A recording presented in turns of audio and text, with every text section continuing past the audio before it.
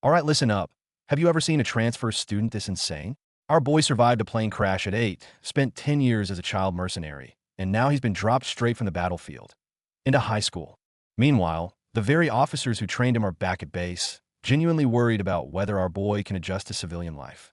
The major seems confident his special lessons on life in Korea will be enough. Little do they know, our boy's first day isn't about adjusting, it's about throwing hands. And just like that, his promise to Major Kong is out the window. One punch, and the dude's seeing stars. Everyone's in shock, like, did he really faint from a single blow? But he's not stopping at one. The whole hallway turns into his personal training ground, and these punks have no idea they're up against a pro.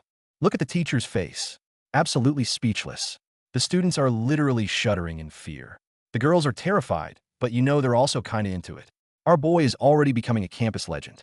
And once the dust settles, he switches back to normal student mode, casually asking his sister if she wants a snack. The duality of this man is just unreal. Then, some guy with a crush on his sister sees Ijin's dirty shirt and drapes his own jacket over him. Look at the other dude's face. He is absolutely stunned. What the hell is even happening? His sister quietly asks him, "Did you do that to those guys earlier?" And our boy just hits her with a calm, simple yeah. The absolute confidence. On the way home, he's trying to teach her about Korean etiquette, saying it's rude to stare. But she hits back, saying where she's from, eye contact could get you killed.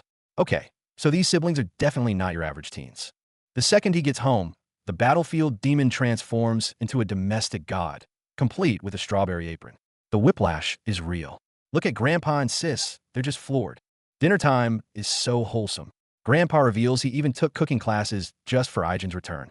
Seeing his family this happy, this is exactly what our boy is fighting to protect. When Grandpa asks about his first day, Ijin just brushes it off. But that small smile tells you everything.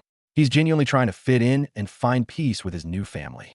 In a touching moment, his grandpa tells him the past doesn't matter. What's important is that he's alive.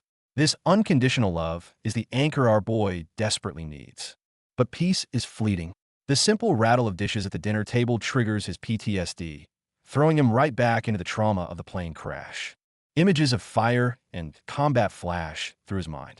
His years as a mercenary are a nightmare he can't seem to escape. He jolts awake, panting heavily. The scars of war run much deeper than he lets on. The next morning, he learns that his elderly grandpa leaves for work before dawn just to support the family. This normal life has its own set of struggles. His sister heads to school early, but leaves him a huge, lovingly prepared breakfast. Looking at this spread, our boy knows he has to protect this newfound warmth, no matter the cost. Back at school, the legend of yesterday's fight is already spreading like wildfire. Knocking out two guys with one punch, he's completely rewriting the school's pecking order. The bullies' lackeys are now totally spooked. They realize just the look in his eyes is enough to scare the crap out of them. They finally get it, they mess with the wrong guy. But the trouble's not over. Turns out the brother of the girl he defended basically runs the whole school. So, he beat the minions, and now the main boss is on his way. And here we see the root of the problem. This blonde girl has been bullying Ijin's sister, Daeyeon. Oh, she has no idea what a fatal mistake she just made. The blonde bully is on the phone, telling her friends that they're on their way to pay Ijin a little visit. The storm is definitely brewing. Daeyeon can't take it anymore and musters the courage to confront her. "What are you trying to do to my brother?" But all she gets in return is a stream of verbal abuse. And speak of the devil, the big boss's crew arrives in full force. The guy with the eye patch leading the charge looks like serious trouble. Seeing this mob, Daeyeon is panicking, desperately trying to warn her brother. But it's too late. The confrontation is inevitable. His two new comic relief friends show up to back him up. Their combat skills might be zero, but hey, it's the thought that counts. With his worried sister on one side and our boy walking calmly toward the threat on the other, the final showdown is about to begin. But first, a quick comedic break. Our boy, using an eraser like a throwing knife, scores a perfect headshot on a classmate. You can take the man out of the mercenary life, but you can't take the mercenary out of the man. Next up, he weaponizes a textbook, taking down another target with pinpoint accuracy. Everything is a weapon in his hands. That's what being a professional is all about. Poor red-haired dude was bragging 1 second and got taken out by the power of knowledge the next. The classroom antics are just hilarious. With these moves, our boy has officially earned himself a couple of loyal followers. They're all in, ready to confront the bullies with him after school. Just then, a classmate tries to make friends, asking Ijin to hang out. But our boy says he has to walk his sister home. And that's when the classmate connects the dots. The bullied girl, Daeyeon, is this guy's sister.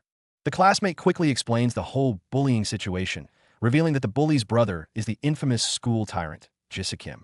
Now, Aijin finally understands the full extent of what his sister has been enduring.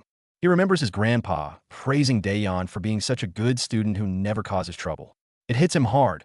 She's been hiding her pain, putting on a brave face for the family this whole time. Contrasting her innocent smile at the dinner table with the suffering she endures alone at school. Yeah, the rage building inside our boy right now must be off the charts. Back in the present, the bully squad has arrived to confront him.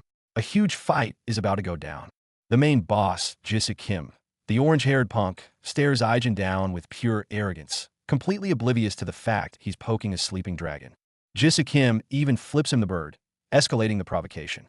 Dude, you're literally digging your own grave right now. Just then, Daeyeon runs in, completely out of breath, trying to stop the fight before it starts. Seeing her, Jisoo just mocks her for being so worried about her brother. This guy's just begging for a beatdown. Feeling guilty, Daeyeon apologizes to Aijin for getting him into this mess. And that apology, that was the final straw. Our boy finally snaps. He tells his sister, "You have nothing to be sorry for. They're the ones who should be sorry." And before he even finishes the sentence, his fist is already flying. Playtime is over, kids. He's not holding back anymore. Unleashing his full mercenary skill set, our boy goes into beast mode, absolutely demolishing these clowns. His movements are fluid, efficient, and utterly brutal. This isn't a fight, it's a one-sided massacre. In the blink of an eye, the hallway is littered with unconscious bodies. Jisoo, the so-called school tyrant, can only stare in disbelief and mutter, "What the F*** just happened?" And for the first time, Jisoo feels true fear. He looks at Aijin walking towards him and sees a predator. You want to act tough? Well, you finally met someone tougher.